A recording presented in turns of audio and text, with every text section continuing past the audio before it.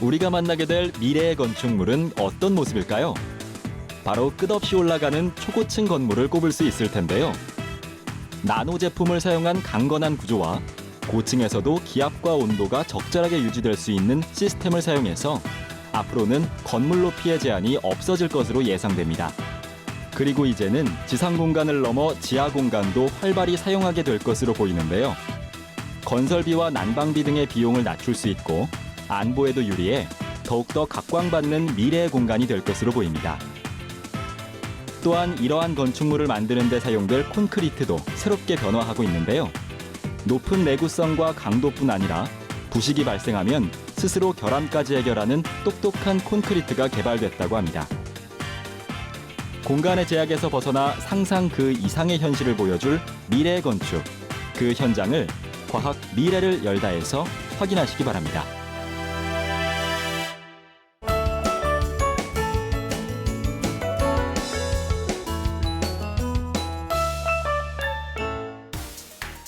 안녕하세요. 과학 미래를 열다 이종호입니다. 오늘은 생활의 기본이라 할 수 있는 의식주의 하나인 주거에 대해서 알아볼 텐데요. 미래의 주거는 정말 상상할 수 없을 정도로 발전 중입니다. 그리고 이들은 모두 과학을 기반으로 하는데요. 오늘은 미래의 건물들과 이러한 건물들을 보다 인간화할 수 있는 아이디어에 대해서 이야기하려고 합니다. 그럼 지금부터 과학이 주거 및 건축 분야에서 어떠한 변화를 일으킬 수 있을지 알아보도록 하겠습니다.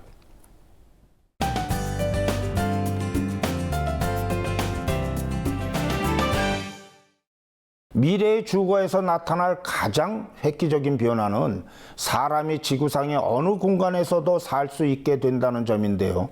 그러한 공간 중 하나가 바로 끝도 없이 올라가는 초고층 건물입니다. 초고층 건물에 대한 확실한 기준은 없지만 보통 1km 이상의 건물을 뜻하죠. 세계 각지에서 초고층 건물 붐이 일어나고 있는데 과연 이것이 최첨단 기술일까 의문이 드실 텐데요. 하지만 초고층 건물을 건설하는 것은 결코 간단한 일이 아닙니다. 우선 태풍을 이기는 방법을 볼까요? 어느 지역에서나 높이 올라갈수록 바람이 많이 불게 되는데요. 이러한 강풍이 태풍과 함께 건물에 불어올 경우 당연히 건물은 위태로워지겠죠. 따라서 이러한 위험을 예방하기 위해 강풍이 건물을 빠져나갈 수 있도록 통풍구를 만들든가 건물을 약간 휘도록 설계하는 아이디어가 진행 중입니다. 바람이 불면 나무는 쉽게 뽑히지만 갈대는 바람에 자유자재로 움직여 오히려 강풍에 안전한데요. 이처럼 건물도 자연의 설계를 이용하는 겁니다. 또한 근래 잘 알려진 나노 제품, 즉 탄소 원자 60개로 만들어지는 플로렌이나 강철보다 10배나 강하고 부피는 6배나 작은 탄소 나노 튜브 등을 이용해 건물의 강건한 구조를 만들자는 아이디어도 있습니다. 또한 폐쇄 공간에서의 생활 리듬을 조절해야 하는 것도 초고층 건물이 반드시 해결해야 하는 과제인데요. 초고층 건물의 가장 큰 문제는 높은 고도 때문에 지표망과 압력차가 생긴다는 점입니다. 1km 이상의 높은 곳을 급히 올라가면 갑자기 숨이 가빠지게 되는데요. 초고층 건물의 거주자들은 항상 이러한 환경에서 사는 것이죠. 따라서 지표와 같은 압력, 즉 일기압을 초고층에서도 유지해야 하는데요. 이때 필요한 것이 바로 공학입니다. 고층에서도 일기압이 유지될 수 있게 기압 조절 시스템을 가동시켜야 하는 것이죠.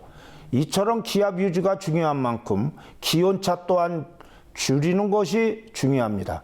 현재 고안 중인 방법은 각 구역마다 온도 센서를 장착해 자동적으로 적정 온도가 될 수 있도록 하는 것입니다. 지금까지 기압차와 기온차를 해소하기 위한 방법을 알아봤는데요. 초고층을 건설할 때 생기는 또 다른 과제로는 엘리베이터가 있습니다. 현재 가장 빠른 속도의 엘리베이터로 1km를 1분 만에 올라갈 수 있는데요. 즉 100m를 5 내지 6초에 올라갈 수 있는 속도죠. 하지만 이처럼 엘리베이터의 속도가 빠르면 압력차에 의해 기관지가 손상될 수 있는 문제점이 따라옵니다. 따라서 첨단 기술을 적용해 급상승이나 극강하에 따른 기압차를 사람이 직접 느끼지 못하게 하는 것이 관건입니다. 또한 초고층 빌딩에서는 엘리베이터가 차지하는 면적이 넓어지고 동선이 복잡하게 되기 마련인데요. 현재 사용되는 로프형 엘리베이터에서는 한계가 있습니다. 따라서 앞으로는 수평 이동이 가능한 자기 부상식 엘리베이터도 고려되고 있습니다. 즉 최고층까지 엘리베이터가 나선형으로 올라가는 것입니다. 이번에는 초고층 건물에서의 급수와 오물 문제를 알아보죠. 1km 높이까지 곧바로 물을 올릴 수는 없습니다. 보통 17m 이상 높이로 물을 올릴 때는 강제식 상형 펌프, 즉 고압 펌프를 이용하는데요. 이 펌프로는 200m까지 물을 올릴 수 있습니다. 따라서 이 펌프를 높이에 맞추어 각 곳에 분산 설치하는 것이 초고층 건물에서의 급수 방안인데요. 즉 20층마다 커다란 물탱크를 설치하여 급수 문제를 해결할 수 있습니다. 하지만 이것은 건물에 커다란 하중 부담을 준다는 한계가 있습니다. 또한 오물의 경우 이를 한꺼번에 쏟게 되면 압력에 의해 파이프 등이 파손될 우려가 있기 때문에 오물의 유량을 적절하게 분배하는 조절 장치를 사용합니다.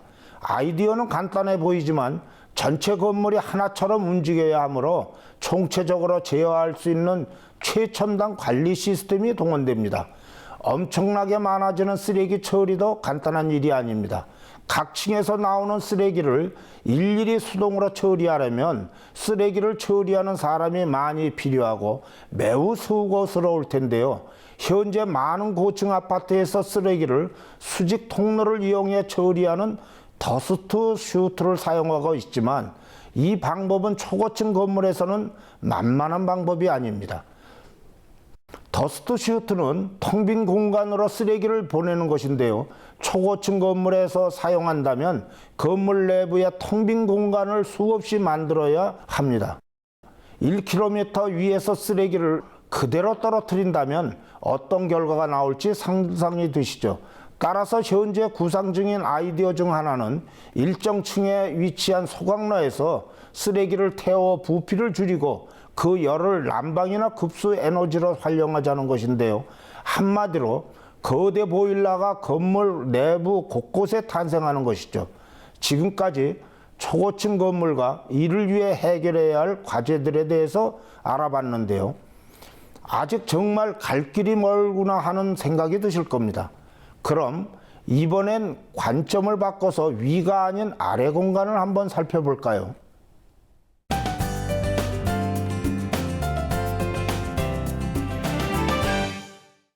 2030년에는 세계 인구의 60%가 도시에서 살아갈 것이라고 전망되는데요.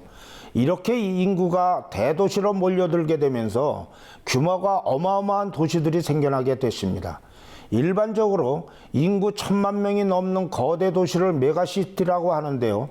서울도 세계 상위권에 속하는 메가시티입니다. 앞으로 이 메가시티는 점점 규모가 커지고 그 수도 늘어갈 것으로 보이는데요. 문제는 이러한 메가시티의 성장 속도가 그것을 지탱해줄 인프라보다 앞서간다는 겁니다. 메가시티는 사람만 모이는 곳이 아니라 전 세계의 막대한 자원을 소비하면서 주변의 자연 환경을 파괴할 위험을 가지고 있는데요. 따라서 과학자들은 메가시티의 성장과 함께 삶의 질을 높일 수 있는 방안을 제시하고 있습니다. 먼저 과학자들은 무조건 건물을 높이 그리고 많이 짓는 것이 능사가 아니라는 점을 깨달았는데요. 지상의 토지는 한정되어 있고 초고층 건물은 자연경관을 해칠 우려도가 있기 때문이죠. 따라서 지하 공간이 초고층 건물의 대안으로 부상하게 됐습니다. 사실 서울을 비롯한 메가시티에서 이미 지하 공간을 많이 활용하고 있는데요. 우리가 자주 접하는 지하의 쇼핑몰도 한 예가 되겠죠. 지하 공간을 잘 활용하는 국가는 단연 중국인데요. 북경의 경우 이미 30제곱킬로미터 넓이의 도시가 지하 공간입니다. 북경은 2020년까지 이 넓이를 무려 90제곱킬로미터로 확장할 계획이라고 하는데요. 이는 무려 여의도의 50배나 됩니다. 그럼 왜 이렇게 지하 공간이 각광을 받고 있는 걸까요? 먼저 지하 공간은 에너지를 크게 절약할 수 있습니다. 지하로 내려갈수록 지중 온도가 높아지므로 난방 소요 부하가 크지 않습니다. 또한 지하 공간에서는 에너지뿐 아니라 건설비도 절약할 수 있는데요. 초고층 건물은 새로운 층을 쌓는다는 개념이지만 지하 공간은 땅을 판다는 개념이기 때문에 당연히 훨씬 비용이 적게 들겠죠. 게다가 안보적인 측면에서도 지하 공간은 대피 공간으로 사용될 수 있기 때문에 큰 장점을 가지게 됩니다. 이뿐 아니라 지하 공간은 전자파 방해가 적고 도난당할 위험이 낮으며 해충 등에 의한 피해가 드물다는 장점도 있는데요. 지하의 특성상 탈출구 봉쇄가 비교적 쉬워 도난의 위험이 낮고 해충들은 지하 수십 미터에서는 살지 못하기 때문에 해충에 의한 피해도 지상보다 훨씬 적은 것이죠. 하지만 지하 공간 또한 완벽하지는 않습니다.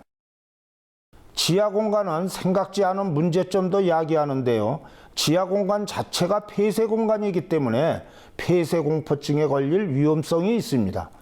폐쇄공포증은 폐쇄된 공간에서 신선한 공기를 마시지 못해 불안하고 초조하며 심하면 발작을 일으키기도 하는데요. 생각보다 많은 사람들이 이런 증상을 보인다고 합니다. 따라서 이를 예방하기 위해 지하 공간 곳곳에 신선한 공기를 넣어주는 방법도 절대적으로 필요하죠. 또한 자연광이 모자라는 지하에서 일할 때는 아무래도 생산성이 떨어지게 마련입니다. 따라서 이 문제를 해결하기 위해 햇빛을 지붕으로 모아 이 빛이 전선처럼 바닥과 벽을 뚫고 지나갈 수 있도록 광섬유선을 이용하는 방법이 제시되고 있습니다. 앞으로 지하 공간은 다양하고 적극적으로 활용될 것인데요. 지하라는 곳이 어둡고 답답하다는 의미보다 지상보다 더 살기 좋은 공간으로 변하게 될 것입니다.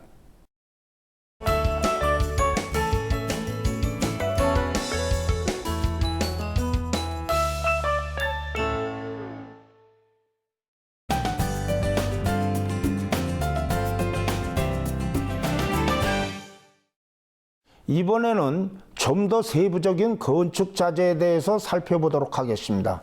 19세기 중순까지만 해도 기본 건축 자재는 돌이나 벽돌, 나무가 전부였는데요. 이후 도시에서 시멘트를 사용하게 되면서 콘크리트 건물이 등장하게 됩니다. 시멘트는 기존 건축 재료인 흙벽돌과는 전혀 다른 개념의 건축 재료인데요. 점토가 주성분인 흙벽돌은 물을 섞으면 입자 속의 빈 공간이 없어지면서 밀도가 높아지고 물이 증발하면서 입자들이 단단해집니다. 하지만 시멘트는 물과 결합하면 강도가 높아지는 칼슘 실리케이트라는 전혀 다른 새로운 물질을 형성하는데요.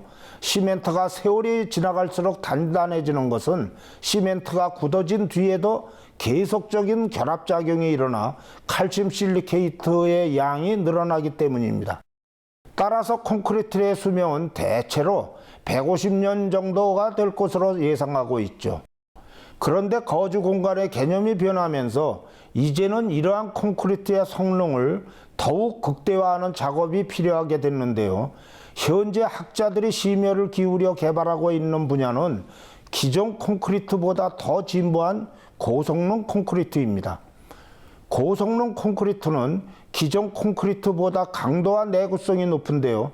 즉, 재료가 분리되지 않고 초기 강도가 높아 체적 안정성을 띠게 되며 특히 열악한 환경에서도 수명이 높습니다. 그리고 또 한 가지, 학자들이 심혈을 기울이고 있는 분야가 바로 생각하는 콘크리트인데요. 어떻게 콘크리트라는 물질이 생각을 할까 의아하실 겁니다. 생각하는 콘크리트란 시공이 불량하더라도 콘크리트가 알아서 직접 결함을 해결하는 콘크리트를 말하는데요. 원리는 생각보다 간단합니다. 지름이 10나노미터인 매우 가는 미소 섬유에 방부제인 칼슘 질산염을 넣고 폴리올이라는 화학물질로 봉하기만 하면 되는 것이죠. 폴리올은 고분자 화학물로서 건축물 단열재로 사용하는 접착제나 냉동 컨테이너 등의 경질품 등을 만드는 원료인데요. 이렇게 만든 섬유를 콘크리트에 섞어주면 콘크리트 속에서 부식이 일어나도 끄떡없습니다. 부식이 일어나면 폴리올이 녹아 섬유 속에 방부제가 흘러나오면서 철근을 덮어주기 때문이죠. 결국 재료 스스로가 부식을 막아주는 똑똑한 콘크리트가 되는 것입니다. 또한 콘크리트로 건물을 만들 때 여러 가지 이유로 금이 가는 경우가 종종 있는데요. 이것은 매우 위험한 일이죠. 그래서 학자들이 또 한 가지 기발한 아이디어를 도출했는데요. 그것은 바로 콘크리트에 고분자량 화합물이자 치과용 접착제로 사용되는 메틸 메타크라레이트를 채운 섬유를 섞어주는 겁니다. 이러한 섬유를 채운 콘크리트는 콘크리트에 금이 가기 시작한다 해도 접착성이 좋은 메틸 메타크라레이트가 저절로 갈라진 틈을 감싸주게 되죠. 따라서 콘크리트가 스스로 결함 부분을 보완하니 각종 건물 사고가 줄어들게 됩니다. 이렇게 똑똑한 콘크리트는 현재 일부에서 사용되고 있지만 높은 비용 때문에 사용하기는 쉽지 않은데요. 이러한 콘크리트들이 저렴하게 공급돼 누구나 안심하고 건물을 지을 수 있으면 하는 바람입니다. 또한 현대인들이 중요하게 생각하는 것 중 하나가 바로 친환경적인 공간인데요. 그동안 무분별하게 자원을 남용하고 폐기했기 때문에 지구가 몸살을 앓고 있죠. 그리고 이러한 현상에는 콘크리트도 한몫을 하고 있는데요. 일반 콘크리트의 재료로 보통 포틀랜드 시멘트가 사용되는데 이것은 가루로 만든 석회석과 진흙, 모래를 석탄이나 기름 등의 화석연료로 가열해 탄생합니다. 여기서 문제는 1톤의 시멘트를 만들기 위해 무려 65만 킬로그램의 이산화탄소가 발생한다는 것인데요. 전 세계적으로 연간 28억 톤의 시멘트가 생산되는데 이 과정에서 지구 전체 이산화탄소 배출량의 약 5%가 발생하게 됩니다. 즉 지구온난화의 근본적인 이유가 되는 이산화탄소의 배출이 바로 이 시멘트 생산에서 매우 많이 발생한다는 것이죠. 따라서 이산화탄소를 저감하면서 시멘트를 생산해야 하는데요. 학자들은 시멘트 1톤당 적어도 100kg의 이산화탄소를 흡수해야 하며 이것이 가능하다고 예상하고 있습니다. 탄소 함량이 많은 석회석 대신 물과 마그네슘 가루를 섞어주면 그것이 가능한데요. 시멘트가 굳어지는 과정에서 마그네슘이 공기 중에 탄소를 잡아 카보나이트 같은 흡착성 광물을 만들어 이산화탄소를 오히려 흡수하게 되는 것이죠. 지금까지 새롭게 발전한 콘크리트에 대해서 알아봤는데요. 앞으로 상용화돼 세계 건축 역사에 또 하나 새로운 획을 긋길 기대해 보겠습니다.